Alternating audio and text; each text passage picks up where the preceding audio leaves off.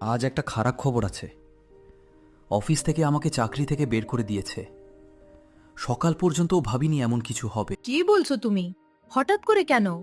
তুমি তো সব সময় মন দিয়ে কাজ করতে। কোম্পানির অবস্থা ভালো না, অনেক কর্মচারীকেই বাদ দিয়েছে। আমার নামও সেই তালিকায় ছিল। আমি বুঝতে পারছি তোমার কতটা কষ্ট হচ্ছে, কিন্তু এখন ভেঙে পড়লে চলবে না।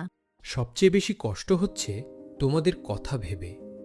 সংসারের খরচ, বাচ্চার পড়াশোনা, সবকিছু কিভাবে চলবে জানি না। আমরা এত বছর একসাথে অনেক কঠিন সময় পার করেছি, এটাও পারবো।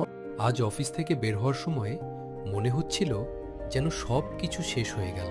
না, কিছুই শেষ হয়নি। একটা দরজা বন্ধ হয়েছে, হয়তো সামনে আরেকটা নতুন দরজা খুলবে। আমার কথা শুনে একটু সাহস পাচ্ছি, কিন্তু ভবিষ্যতের কথা ভাবলেই ভয় লাগে। ভয় সবারই লাগে, কিন্তু আশা ছেড়ে দিলে চলবে না। কাল থেকেই নতুন কাজের খোঁজ শুরু করবে। ঠিক বলেছ, আমি চেষ্টা চালিয়ে যাব।